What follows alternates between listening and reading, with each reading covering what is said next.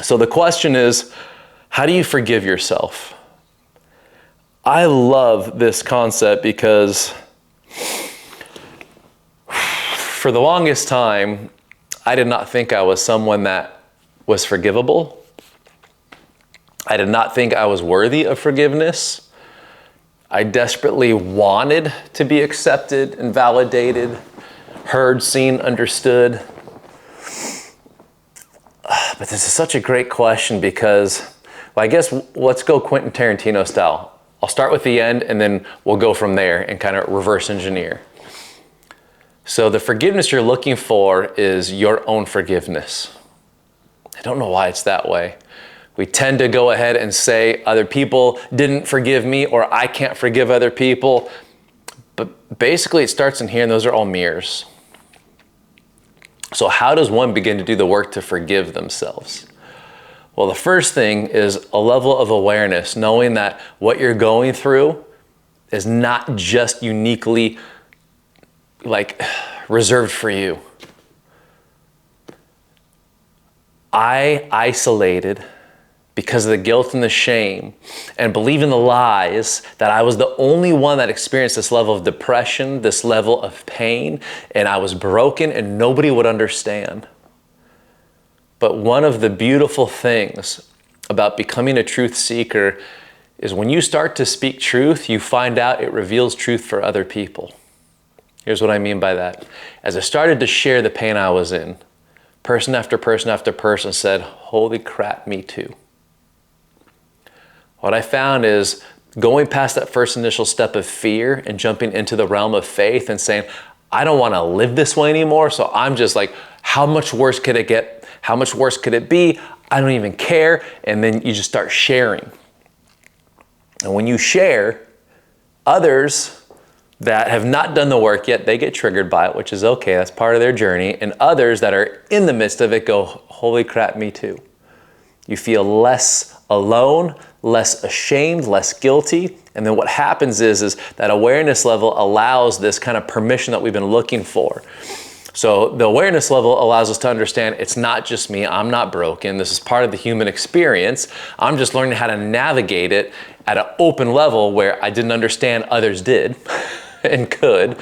And then once we get past this awareness level, now there are some things like what we do here with a lot of clients. We go into light inductions where we actually take them through processes and experiences to actually do some of that internal conflict work.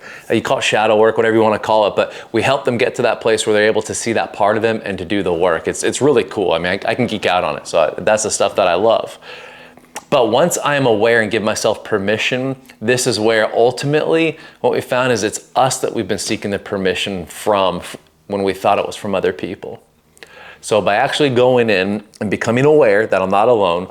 So the second part of this process is to understand that because I am arguing with reality of what happened, meaning I'm going back in time and saying something should not have happened, it creates this internal conflict because now I'm arguing with reality. And what I found is when I argue with reality, I'm the one who gets hurt. Reality doesn't change. So as I go back in time at these things, and this is the part that takes some of the faith, is I'm able to say, you know what? Let me look from a different lens or perception. What happened had to happen the way it happened, otherwise it wouldn't have happened.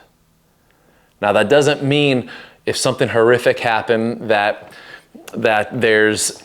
someone gets left off the hook or that it says it's okay. I'm not talking about that. What I'm talking about is the way that we find forgiveness is when I stop arguing with what should or shouldn't have happened and understanding, look, this happened the way it had to have happened because it happened this way. We start to get a sense of peace.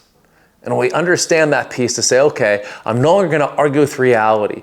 I'm here today. What can I take from this? What is the unmet need? What is that part of me, my soul, whatever it is, what is that need? And almost always it needs to be seen and to be safe. Now in this moment right here, as this video is recording, I'm able to say in this moment, I am safe. I am completely seen. Now I can go back in time and say, I want you to know I am here to see you, to let you know you're safe today. I love you. I see you. I forgive you. And it's heavy, because many times the thing we've been looking for was actually what we were wanting from ourselves this entire time. So to releasing that guilt, releasing that shame, and going back in time as the me now, saying, I have become the person that we needed during this darkest time of our lives. Will you just sit here with me and just be here? And as we do this work, this is how we start healing, not just emotionally, not just mentally, but actually spiritually as well. So if that part of us says, I forgive you, and that's what we're needing to hear, we accept it. If it's me needing to say, I forgive you, your soul intuitively knows what it needs. When you go to this type of level of work and you give yourself permission to become the healer you've been looking for, this is how we actually start processing the pain of even the most horrific things. So how does one forgive themselves? By understanding that it's not my fault. I'm not broken. I'm aware of what happened. I have become the person that I was needing back then. This is what leads to the internal strength and resolve and resiliency, and allows us to actually process the emotions, process the pain, and come out on the other side to say, here is who I am today. What happened to me does not define me. I define who I am. And in this moment, truly authentic, I forgive all of me. And here's what we typically find. Is when I'm able to truly forgive myself, now I'm able to forgive other people, places, and things. Not for them, but to release that poison, release that pain, release that toxicity of feeling like I need someone to do something for me.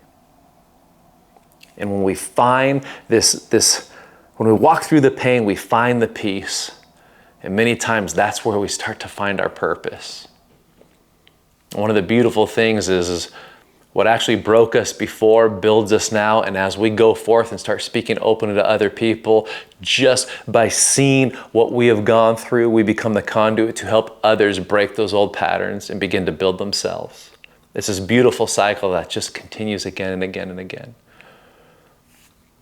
So I'm hoping you found some peace and some solace in just this tiny little exercise of really going into how does one forgive themselves.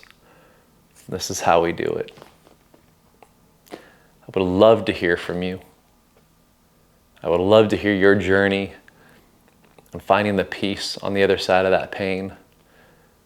Because I know when I was in that place of pain, I wanted someone to help guide me, and I didn't have what's in front of you right now. So I look forward to meeting you and hearing about your story.